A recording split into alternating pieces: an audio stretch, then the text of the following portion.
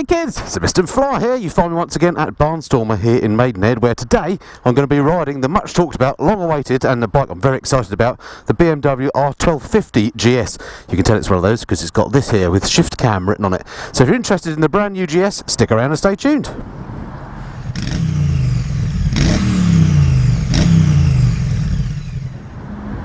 Oh, I love the way that the TFT starts up on these Beamers now. I could watch that all day long. Absolutely fantastic. I have to say, I think the TFT on the Beamer, and I'm not just saying this, I think that's one of the best ones. I've probably said this before, but this is one of the best ones that I've ever seen on any bikes. Anyway, let's get this show on the road then. Stand is up. Let's start her up. Here we go. So this is very much my first impressions review. I've never ridden one of these before. And in fact, they've only been in the dealers a few days, so I'm very lucky that Bahnstormer let me have a go on this. Really looking forward to seeing what the differences between this are and the GS that I know so well. And to start off with, all cards on the table, I am a GS fan. In case you haven't seen any of my videos before, I do own an older liquid called GS. Mine's coming on for 4 years old now. So I am a bit of a fanboy, so take everything I say with a bit of a pinch of salt, but I will try and be as objective as I can about the bike. The other thing I would say is I've recently been riding, for the last week in fact, I've been lucky enough to be out in Spain, and I've been riding a brand new GS Rally, but the R1250, the old bike, the generation before this. But it was a brand new one, it had only just done its 600 mile service, so that acts as a good reference for me to see how this bike compares, because of course this is brand new too. So this particular machine that I'm riding is the TE version of the bike, which is the most popular seller, I understand. So it's not the basic model, it's the one that has all the, you know, the most favourite bells and whistles, if you like. So it comes with the clever suspension, the lean angle sensitive ABS and traction control, all the popular options. And I understand that the TE is a European special, so if you're watching in another country, then that may not mean anything to you, but certainly they're the bikes that BMW sell the most of, I believe, in the UK market.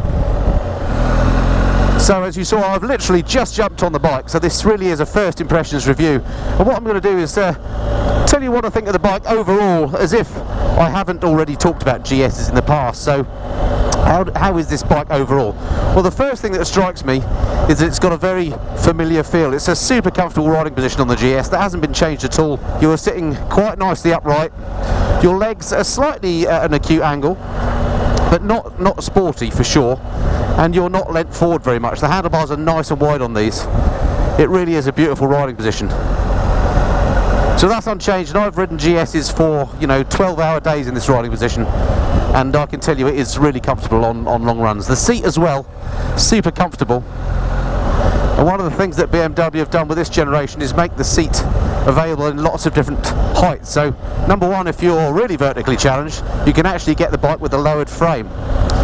However, if you just you know, sit in the median height range, if you like, or if you're just slightly short like me, you can get a low seat but with the standard suspension, or you can get the standard seat, which you can adjust to make it go even higher. So there's plenty of range on seat heights. BMW have listened to people that have complained about the fact that the bikes used to be only fit for giants. Now it doesn't really matter what size you are, you'll find one of these to fit you. The mirrors work beautifully well. Yeah, it's still that familiar, lovely bike that I know so well. Of course, the big change with this bike over the previous models is it's now got the 1250 engine in it, with what BMW calling the shift cam technology. And that is the major change on this bike over the other ones. But they've actually got now this clever setup where they've got a camshaft with two sets of cams to open the valves at different levels. So you've got some high lift cams and some low lift cams depending on the load that the engine is under. So it's going to be really interesting to see when I get on a bit of a faster road in a minute, to see if I can tell when that shift cam technology is kicking in, and also whether the bike feels any faster in particular, because it's also got more horsepower now than previous models. I will stop and show you around the bike and talk you through the specs shortly, but for now let's just see what the ride is like as I go onto this slightly faster bit of road. Feels really balanced on the turns. fact, if anything, it feels a little bit lighter than the previous bike to chuck around the turns.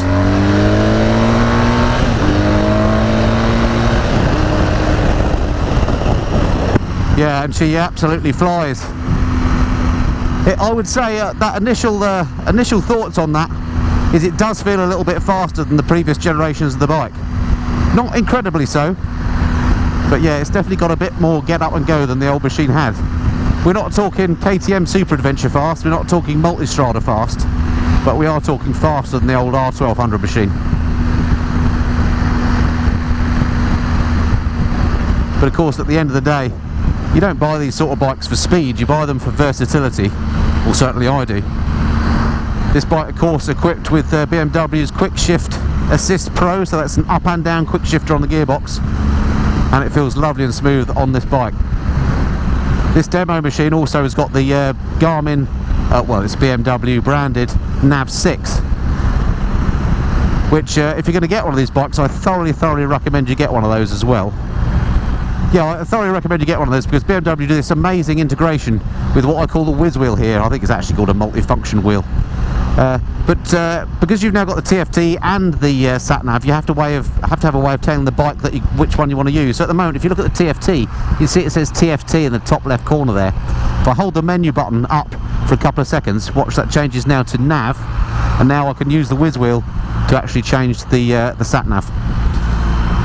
And that has all sorts of features and functions on there, and it just acts as it kind of augments the TFT as an extra vehicle information system, I think.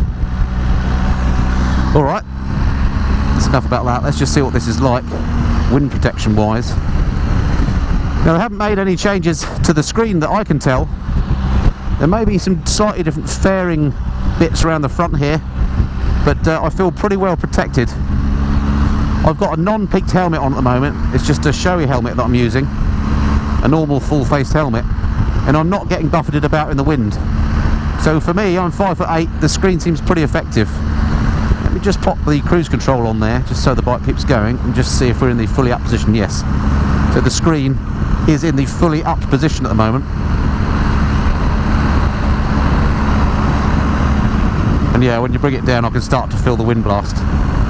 So I'll leave that in the fully up position. It's great that it's got an adjustable screen, but I don't know why you would why you'd have it in anything other than the fully up position, because in that position, at least at my height, I'm looking over the screen. I hate looking through screens, but I am getting full wind protection off it. So wind protection, very nice. Suspension on it feels lovely. I'm tempted to say out of the box, although I'm sure it doesn't come in a box. Again, it's got the fancy electronic suspension that adjusts preload on the fly. You don't have to tell this bike how much weight you've got on board, unlike some of the previous generation bikes.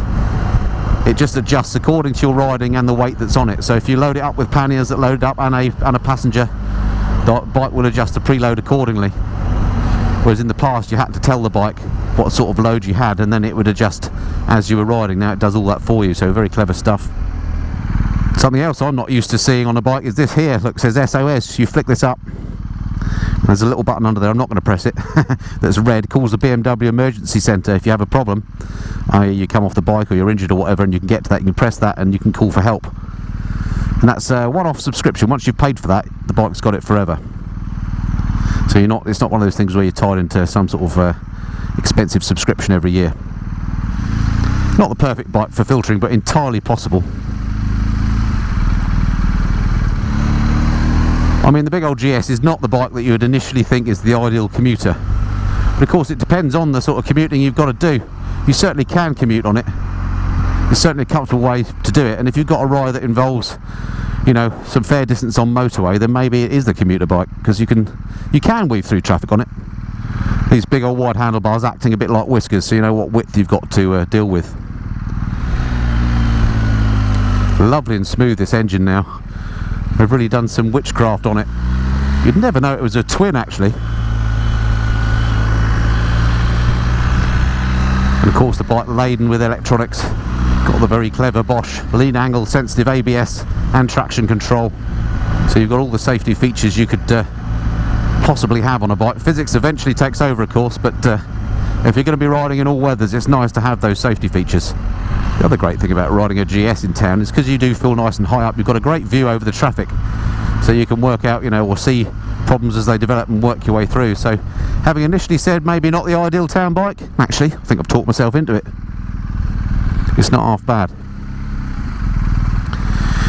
The bike also has hill hold assist. I've just pushed the brake on hard and you can see this H has come on in the TFT. Means now with no hand on the brake or the foot, I'm stuck here. Look, I'm not moving anywhere. The bike isn't going to roll back.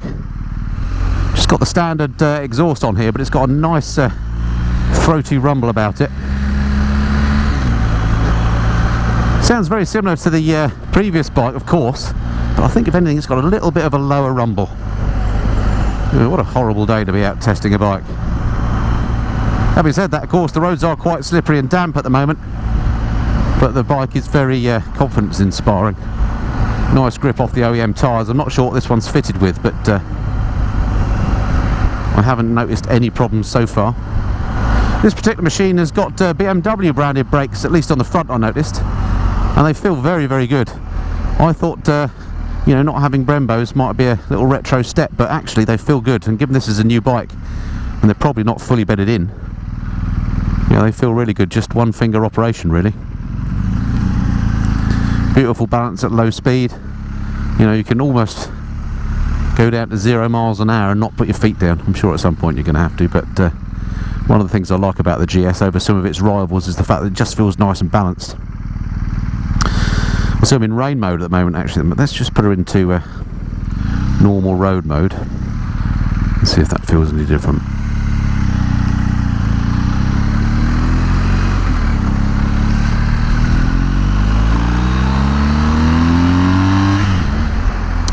Okie dokie, so she works well in traffic on faster roads like dual carriageways and in town.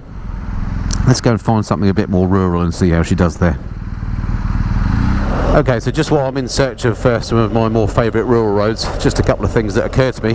One, on the Tft Screen, I mentioned at the start of the video a little bit about that and how I think that's one of the best TFTs that you can get now on motorbikes. I just think the size of it, the clarity and the way that BMW have done it is really nice. If you want to know more about that specifically, I did do a video about a year ago when the TFT first came out, so I'll stick a link somewhere, or a little tag or a card on the screen somewhere where you can go and have a look at my review of the Tft Screen. So I won't go through all that again because it's exactly the same as the TFT that was fitted to you know, originally on the bike. And the other thing that occurs to me, just as I'm trundling along here at 30 miles an hour, look, I'm in third gear. The engine isn't complaining at all. Given it's a twin, a big old twin at that, you'd expect it to maybe being a bit thumpy, but no, it's absolutely smooth. There's no problem with the fueling is beautiful on this. It's got that it's got an electronic ride-by-wire throttle, of course, but there's no jerkiness about it. It's a really nice smooth engine. There's loads of torque on this motorcycle now, so it does mean you can you know, you can almost be abusive in the gears you use and the bike will still handle it. The thing just tractors away really nicely. Right, let's find some better roads. Right, here's a slightly better road. I certainly picked the weather for these reviews.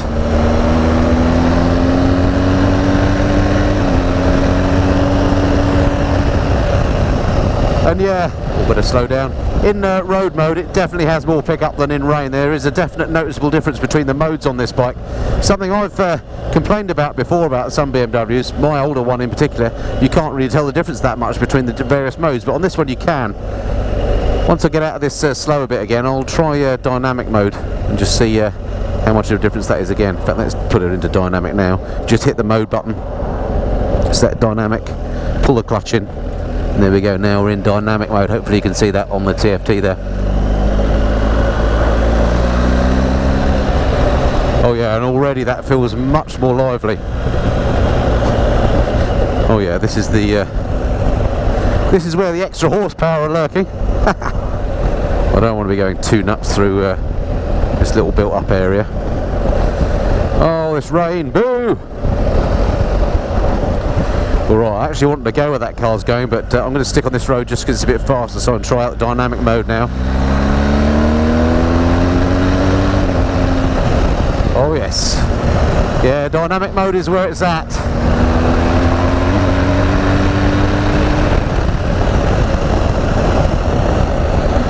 Now I have to say, whenever I've ridden a GS in the past, I've never sort of ridden it and thought, that's a bike that needs more horsepower.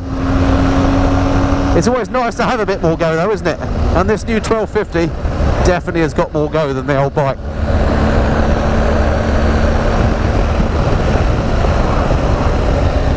thought the GS was a great all-rounder anyway, but now it's got that bit of extra poke. It's even better as an all-rounder. Okay, let's turn around here and head back to where I was going to go anyway. And down the box using the old quick shifter works really nicely. With this easy balance, it's easier to do a U-turn.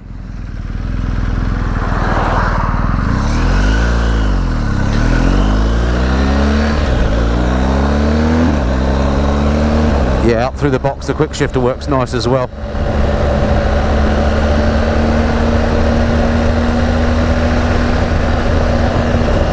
Beautiful, what I would call kind of neutral handling. You don't feel like you have to muscle it around, but once you get it set up in the corner, she stays there nicely. She's not all sort of skittish like a sports bike, but it's not like a cruiser where you have to really manhandle it around. Again, it's just got that balance just right, I think, which is what part of what makes the bike so appealing to me. Okay, I'm just going to take a left up here, hoping you can still see okay, and we'll stop and I'll talk you, I'll show you around the bike and talk you through the spec. Before it gets dark, it's going to be one of those days. Winter is properly here now. Right, where should we put her? I don't want to get her all covered in crud. Actually, let's do her up here on the path, why not? This should do nicely for a few minutes. Okay. Neutral, nice and easy to select. The stand on here, easy to get at. And then keyless ignition. So you just hit the off button and there she goes. And if you want to, you can kill that as well when it does go off after a few seconds. Alright, here she is then, the brand new for 2018 BMW GS 1250. Hello, sir. Didn't think I was going to be riding one of these for some time, so thank you very much to Bahnstormer for letting me have an early look on this. This is the way you tell it's a 1250. It's got this little L-shaped part on the cylinder heads, which are a slightly different shape to the previous bike, because of course you've got that shift cam technology, a longer camshaft that sits under there. But other than that, she looks pretty much the same as the old model. Anyway, let me get my spec sheet out on the other camera, and then I'll talk you through the spec in the usual way. So here we go then, let's pop the old visor up so I don't steam up in this damp old day. So yeah, over the years I've come to love the look of the GS. I think she's a handsome beast, so I'm quite glad that they've kept the overall look of the previous bike. She still looks very purposeful to me. Anyway, I said I'll talk you through the specs. So the engine then, which is what this latest version is all about. Here she is with these big sticky out characteristic boxer cylinder heads. 1254cc now, up from the old model which was 1170cc, and as I say, it's got the shift cam technology on board, which definitely is noticeable in terms of the bike having a bit more poke, particularly in dynamic mode, although you don't actually notice when the shift cam technology kicks in at all. As I was winding up on the faster roads there's no like step like you'd get on say one of the Honda VTECs or any other variable valve timing type bike. So it's very clever the way they've done it. You wouldn't know that it was in there if they hadn't told you. Power-wise, it's now 136 brake horsepower. The previous bike was 125, and that's at 7,750 RPM. She puts out 105 foot-pounds of torque. It was 92 foot-pounds before, and that's at 6,250. So a more powerful bike with more torque, low down where you need it. Brakes-wise, curiously, we don't have Brembos on here anymore. These are BMW badge ones, but they do work very well indeed. If you look at the back, we do still curiously have Brembo, so I don't know what the logic is there, but they do seem to work absolutely fine. The discs on the front, dual 305mm discs, 4-pot radials. On the back we've got a 276mm disc as well. Suspension wise, of course, it's got the BMW funny suspension, telelever at the front. I call it the funny suspension, but actually it works really well, so you get no diving on the brakes on this bike, unlike some of the other big adventure bikes. And the power lever electronically controlled suspension at the back. Seat height 850 or 870mm, or if you get the low seat, then 800 to 820mm. So as I say, something for everyone there. Weight 249 kilograms, wet, ready to ride. So yes, quite heavy, but not incredibly heavy. Doesn't feel heavy when you're on the move. And then the tank, 20 litres usable. Slightly different design to the previous model, bit more slab-sided. Looks quite nice. 20 litres there. Electronics-wise, well, it's absolutely laden with electronics. TFT now standard, not an option. Basically comes with everything you want on the TE version, as I say.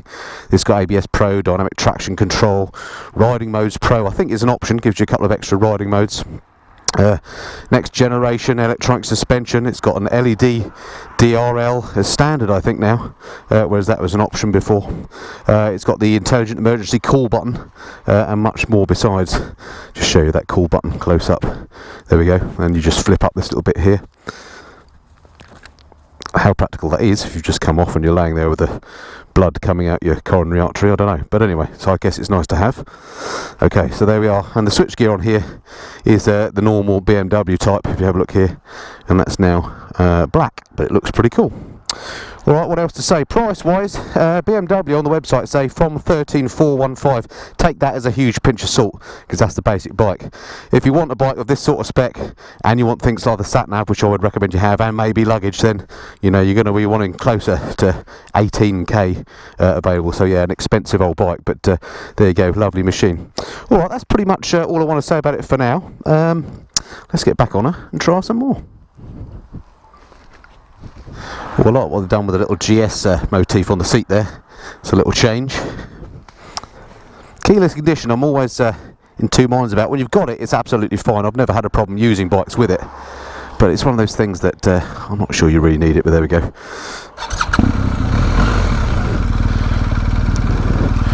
Right, let's get this show back on the road. It's a busy old day today out here, and just horrible weather. It's such a shame, because I don't really want to push the bike too much when it's this wet and horrible, given it's not my bike, and it is one of very few demonstrators around at the moment. So one of the other interesting things about BMW's launch of the 1250 to the market is they kind of announced it was coming, and then it was available to see at dealers quite quickly, and now already it's available to buy at dealers. So you can actually go and stick a deposit down on one of these. And I was talking to the guys at Bahnstormer, they said if you wanted one, they actually have them in stock. So if you're having, you know, the more popular models like the TE, you can pretty much have one in a matter of days, as opposed to having to wait for months like sometimes you have to do in the past when new models have come out. And the other thing that BMW have said, although I've not seen any yet, is that the adventure model won't be far behind. Again, in the past when BMW brought out new versions of the GS, the adventure has been about 9 months, a year behind. But this time apparently they're going to be hot on the heels of this, so looking forward to seeing and maybe trying the adventure version of the bike as well.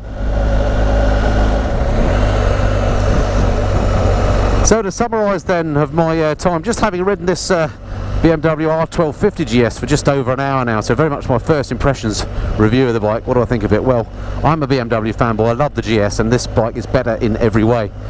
It just feels a lot smoother. They've done something, I don't know if it's to do with the new variable valve timing, the shift cam technology, or just the other improvements that they've made. It's not just that, that's not the only improvement they've made to the engine. The thing just feels a lot smoother than previous generations. It seems to handle better on the corners as well, which makes no sense to me because it's got the same geometry and so on. Maybe the way the weight is distributed about the engine now makes a difference, but it seems to be a little bit more flickable around the corners. The riding modes make a difference, so you can feel the extra power, particularly in dynamic mode. So very, very nice indeed. Would I buy one if I already had a liquid cooled GS?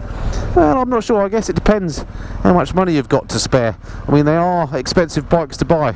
As I mentioned, about 18 grand if you want one spec to the level that this is.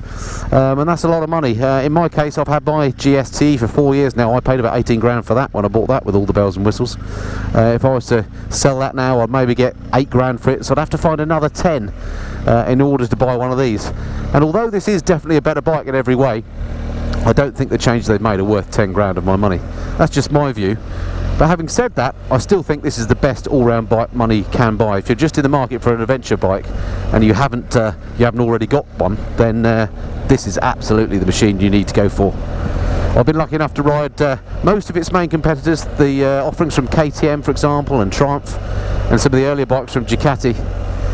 But for me, the big GS is still the one that ticks all the boxes in terms of just doing everything really well, and now with the extra power it's just got that bit more poke as well, so really, really like that.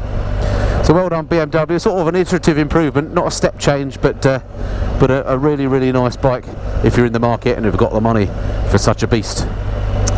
Well, if this is the first time you've seen one of my videos, thanks very much indeed for tuning in and watching the video. I don't just do bike reviews, but I do all sorts of other things. I do how-tos, I do kit reviews, I do bits and pieces in the garage, things about riding your bike, trips and tours, I do the occasional live stream, bike news, all kinds of stuff I try and cover here on the Mist and Fly. It'd be great to have you along, so do hit that subscribe button if you haven't done already, and it'd be great to see you again on another one of my videos soon. But until then, that's it for now. Until next time, this has been the Mist and Fly. Cheerio. Oh, P.S. This isn't the only video I'm going to be doing on the new R1250 GS. I've got this for a few days, very lucky chap that I am, and I will be doing some more videos on this very bike. And also I hope to be doing some touring on a 1250 soon, but more details about that as time comes on. So stay tuned to the channel if you're into the big GS. There will be more stuff coming very soon. Alright, look forward to speaking to you again soon. Till then, as I say, this has been the Mist and Fly. Cheerio.